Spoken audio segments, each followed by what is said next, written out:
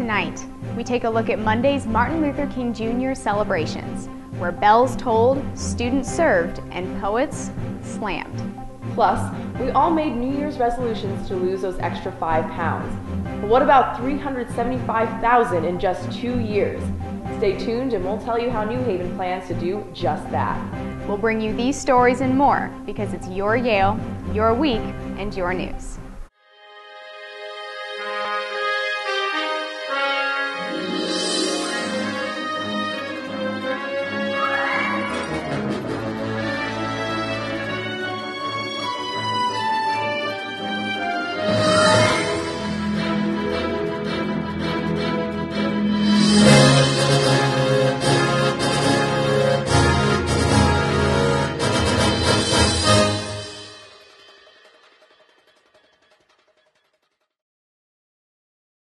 Hello and welcome to YTV. I'm Madison Alworth. And I'm Raleigh, Cavero. On Monday, classes were called off while Yale celebrated Martin Luther King Jr. Day on campus and in the larger New Haven community. YTV's Jack Newsham has more. You might have slept in on Monday, but 140 other Yaleys kicked off MLK Day by gathering at Dwight Hall at 9:30 a.m. for the organization's semesterly day of service. We have a lot of undergraduates, mostly freshmen, of course, but we also had a lot of grad students today. Student volunteers staffed 16 sites across the city into the early afternoon and wrapped up their day with carefully packaged leftovers donated to YHAP and the Christ Church Community Soup Kitchen. That soup kitchen was also one of the Dwight Hall sites, and students had served over 200 meals there throughout the day. Many more students helped manage the crowds at the Peabody Museum on Whitney, which had one of its busiest days of the year. The day is meant to emphasize Martin Luther King's message of environmental justice. The Peabody opened its doors to cultural bands and nonprofit organizations from around New Haven. They've been doing it for 18 years.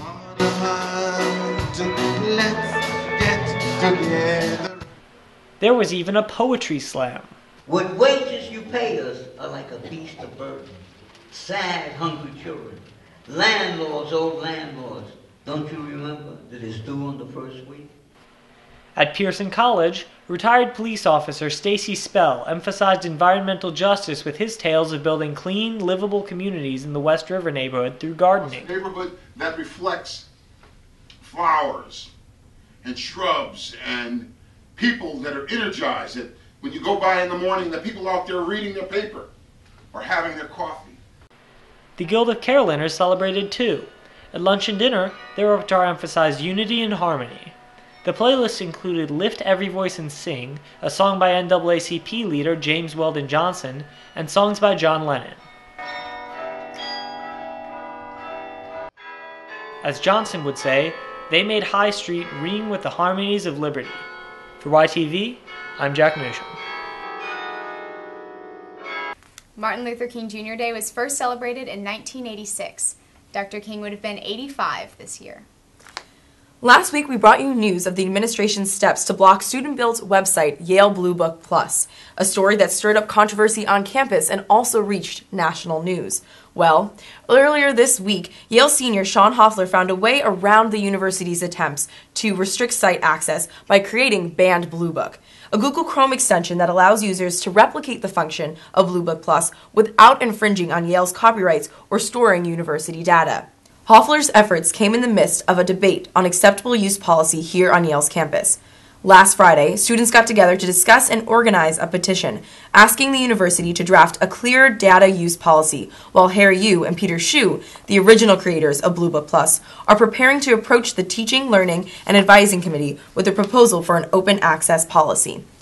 The completion of shopping period usually means the end of discussion about shopping period websites. That certainly won't be the case this year. Yesterday, the National Sigma Phi Epsilon fraternity announced that it is in the process of getting insurance coverage for the 86 current and former brothers sued for the 2011 Harvard-Yale tailgate crash. However, confusion surrounding the case has persisted.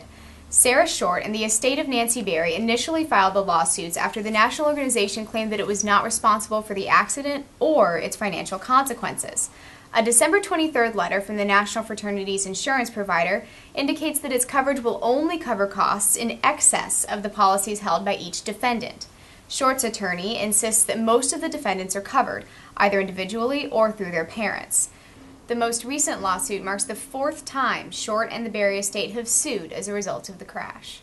Earlier this week, the news investigated the treatment of Newtown shooter Adam Lanza at Yale's Child Study Center in 2006. 6 years before, the 20-year-old shot and killed 26 students and school staff at Sandy Hook Elementary.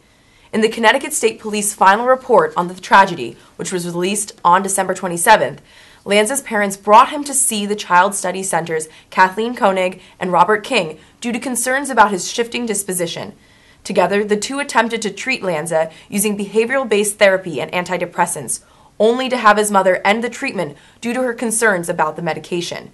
According to Nancy Lanza, the prescription was causing motor impairment, prompting her to end treatment after just 4 appointments.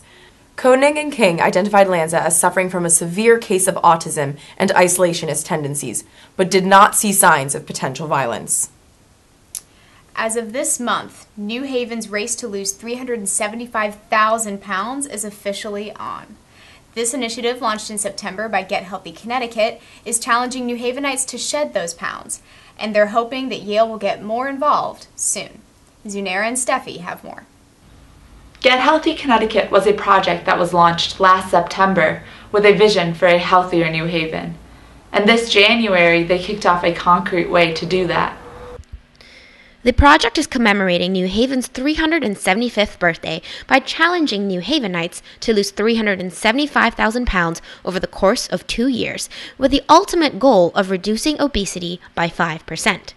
It sounds like a small goal at first, but 375,000 pounds is equal to 2,500 male adults, 1.5 million sticks of butter, 1.25 adult blue whales, or about 260,000 iPads. For your health, the impact may be equally immense. A 5% weight loss, if you weigh 200 pounds, losing just 10 pounds can reduce your risk of diabetes, if you're pre-diabetic, by almost 60%. To help reach their goal, Get Healthy Connecticut has pulled in many local businesses. Individual places that are holding weight loss competitions and programs will all be donating their weight to Get Healthy. But to really reach that goal, they are hoping that Yale will help tip the scales. There are 12 residential colleges. Dare I sit here and challenge you to maybe a Biggest Loser campaign on campus. Marta Moret, president of Urban Policy Strategies and President Peter Salave's wife, is hopeful that students and faculty will work hand in hand with the city to work on health-related problems in conjunction with the rest of New Haven's needs. A fun thing to do. So A, you can compete to lose the most weight, and B, you can find out what the challenges have been in doing this. I think that is exciting. She also hopes that President Salave and Mayor Tony Harp will help make New Haven's concentration on health concerns an ideal for other cities to follow. My dream is that Peter and Tony get excited about creating a model for education and for health, and that, together they go after, the big funding opportunities. Moret sees this as her duty as a First Lady, a goal that is also reflected on a national level. Well, I think one of the beauties of Michelle Obama is seeing her as a role model for their community has helped them increase their awareness. So to the extent that I can, share my enthusiasm and my knowledge in having students get excited about this, I would love it. And I see that very much as a mission of mine. Constant progress is being made in losing the weight. Just this Wednesday, weight loss numbers climbed from 20 to 164 pounds. What we're doing here as part of linking the New Haven community and Yale University is really bringing the best that we all have to offer and bringing evidence to action to improve health. For YTV, this has been Zunera Arshad and Yuli Stefina. Over 35% of American adults are affected by obesity. Elsewhere in New Haven, Yale junior Ella Wood has another shot at the position of Ward 7 Alderwoman just months after an unsuccessful bid for the position. Earlier this week, Doug Housladen announced that he plans to resign from the position within the month after being appointed to a position in City Hall. Housladen defeated Wood in a Democratic primary for the seat in September, a vote that came just weeks after Wood relocated to the Ward 7 neighborhood. Wood has not made up her mind about entering the upcoming election, but plans to meet with Ward 7 co-chairs Alberta Witherspoon and Nadine Wall, along with Ward 7 constituents to determine if she will run again. The election must take place within 45 days of Housladen's resignation, which is expected to occur by the end of the month. Yale is looking to gain professional internship experience abroad this summer are in luck. Undergraduate Career Services is offering more international internships this year, including positions in 9 countries never before sponsored. In addition to the 9 new countries, Brazil, Colombia, Germany, Ghana, India, Japan, Jordan, South Africa, and South Korea, UCS has also relaxed its restriction on applying to just 3 international internships.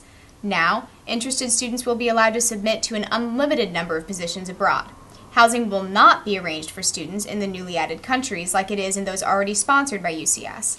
However, each employer has agreed to offer assistance to prospective interns in finding safe and accessible housing options. The deadline to apply for all UCS-sponsored internships is February 3rd. In 1988, Yale Printing and Publishing Services began offering its services to a campus that communicated through paper and ink. 25 years of technological change later, YPPS has expanded its services to continue supporting Yale students and faculty. We go to Caroline Pringle and Britta Yelm for more. Thanks. Shopping period is over, but the ordering of course packets has just begun. Yale Printing and Publishing Services produces everything from course packets to posters and banners, and this year they're celebrating 25 years of business. 25 years ago, Yale Printing and Publishing Services started as an electronic copy shop, basically, and it's basically supported the development group. We're a full-service operation, which means we do our customer service, we do our design, we do all of our printing. And we've seen the amount of printing decrease as we see the electronic world taking over. We used to do a load of course packets, okay? We don't do a load of course packets anymore. We do very few because most of the information is now somewhere online. As people begin to turn to the internet for information rather than the printed page, YPPS has expanded its scanning services to allow clients to digitize their documents. We're also in the scanning business, in the imaging business, in the document retention management business. And so that's saying, okay, it's not going to be paper anymore. It's going to be an image someplace that you're going to see. And I think that's going to take a bigger role. We're planning on it taking a bigger role in our operation at this point. People are utilizing those services more and more, and our services are getting better. They're improving all the time. YPPS has also taken extra measures to improve the environmental efficiency of their services. The 80% of the stock that we use, our paper stocks, are of recycled content. We just underwent an actual audit from the Rainforest Alliance, which we passed with flying colors, and it gives us the right to be able to put that FSC logo on, saying that we're compliant. If you were having something printed, you can put the logo on there as it's FSC as well, which again, it's a show of your sustainability, which is important. Also, we've been really focusing on electronic record retention to help reduce storage space and paper usage and create that all into electronic format, and then kind of keep up with the trends as they come out. As YPPS works to keep up with the trends of the 21st century, they remain certain that the printed page has not seen its final days. It's going to be vastly different. It won't be as much printing. I think that hard copy will still be in some existence. 25 years marks a huge milestone for Yale Printing and Publishing Services, and they hope to continue to find innovative solutions to keep up with the digital world for the next 25. For YTV, this has been Caroline Pringle and Britta Yelm. Back to you. Thanks, guys. If only we could convince YPPS to offer free printing. And after over a year of debate, the Yale College Council finally presented the student body's statement on divestment to the university administration. The official position paper came after a campus vote 2 months ago revealed the student body was heavily in favor of divesting the endowment from organizations tied to fossil fuels. Just over half of all Yale students participated in that vote, and 83% were in favor of divestment. Now, the Advisory Committee on Investor Responsibility, a group composed of faculty and students, will consider the student body's position in their recommendation. That recommendation goes to the Yale Corporation Committee on Investor Responsibility, which has final say in investment decisions. The advisory committee will host an open meeting on January 30th to hear opinions from Yale students and faculty. While many Yaleys are chasing finance and consulting jobs this recruitment season, a few working on fresh ideas of their own, ideas that could go on to earn recognition outside of Yale. For more, we go to Joe Vinson. This year, Forbes 30 Under 30 lists contain 3 Yaleys. What do these innovative students have in common? They all work closely with the YEI, Yale's Entrepreneurial Institute. Over the past decade, the YEI has offered Yale students summer fellowships and created year-round programs designed to support and connect student entrepreneurs on campus. Fellowship is essentially 10 weeks where you're here in the YEI incubator. Each team that's selected receives $15,000 in grant funding. They also are assigned 3 to 5 mentors in their field of business, and they spend the summer listening to speakers who are entrepreneurs, investors, and experts who kind of share their advice and lessons learned and what to do and what not to do. And the whole goal of the program is to essentially launch a product or get to the next stage in the business by the end of the summer. The YEI has given students a head start in the business world, not only by giving them generous grants to pursue their entrepreneurial endeavours, but also by introducing them to a large network of support.